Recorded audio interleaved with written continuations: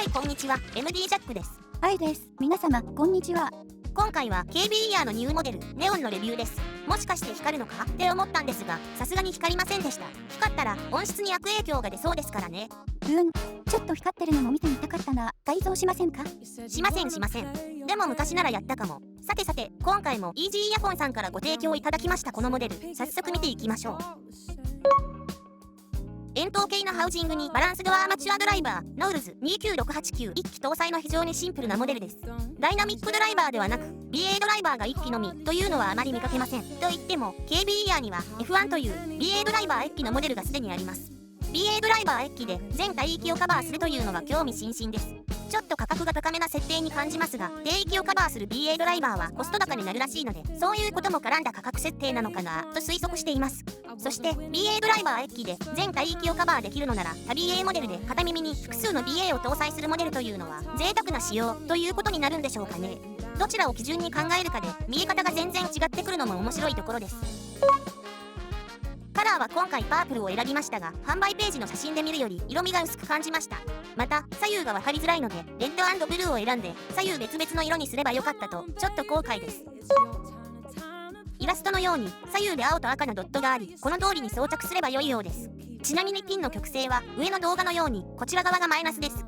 この間この曲線が片方反対で驚かされたケーブルがあったので、今回はきっちり確認しておきました。アルミニウム合金のノズルが長く見えますが、 KZ、ZSN Pro X と比較してみると長さはほぼ同じです。ちょっと毛が細めなので長く見えるんですね。 KZ、DQ6 とほぼ同じ毛に見えます。写真では強引にシュア掛けしてみたりもしましたが、このモデルはシュア掛けせず素直に刺した方がいいでしょうね。少し下向きになりますが、低域がちょっと物足りなく感じたので SS サイズのイヤピを使用し、耳よくえぐっと押し込む感じで装着すると意外と安定しますし、低域も確保できます。シュア掛けが苦手とか面倒という方にはこのモデルはいいんじゃないでしょうか。今回は波形測定、音収録はノズル系が細くセドナイヤーフィットだとブカブカのため、イヤピはファイナル E タイプを使用することにしました。ノズル系の調整も考えましたが、今回はあまり手を加えずにイヤピで対応ということで、今回は個体差が要因と思われる不具合に出くわしてしまいました。波形測定は必ず左右で測定していますが、ご覧の通り左右でレベル差が出ました。通常 0.5dB 以内で収まることが多いんですが、今回は 1.5dB の左右差があり、波形にも当然レベルの影響が出ています。付属ケーブルの他に2本のケーブルで試しましたが、同じ症状なのでケーブル起因でないことは確定です。この左右差を最初は音情の広がりのように感じていたのですが、原因がはっきりすると聞いていて気持ち悪くて仕方ありません。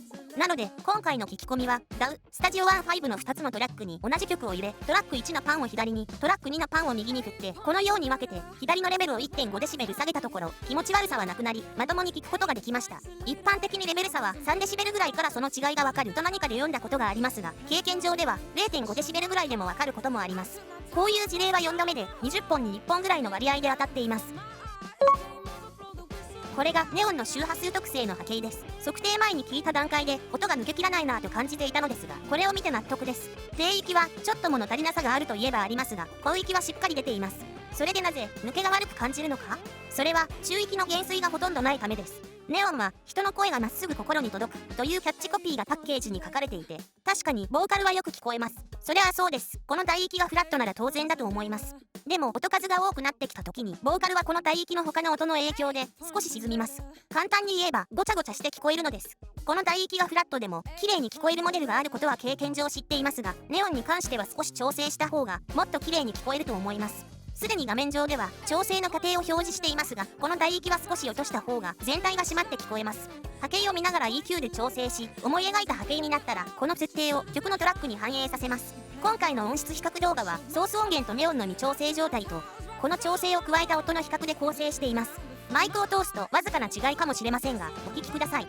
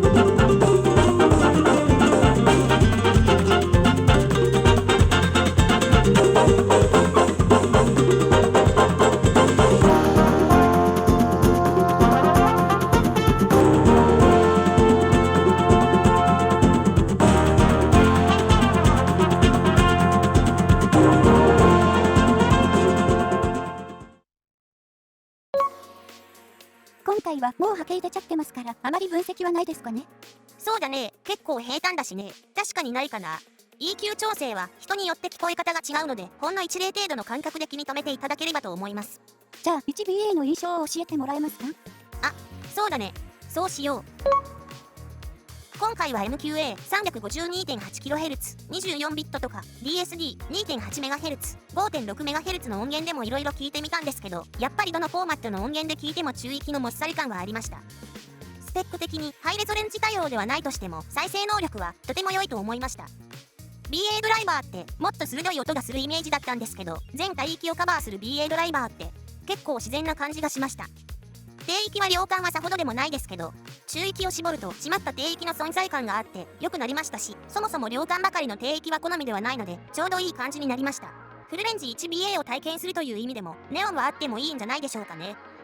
それと補聴器などにも利用されている BA ドライバーですから、ドラマ、映画など人の声中心の場合は EQ 処理せずにそのまま視聴してみましたが、とても良かったですね。刺さりもほとんどないし、セリフはよく聞こえます。バックの環境音も邪魔になりませんでした。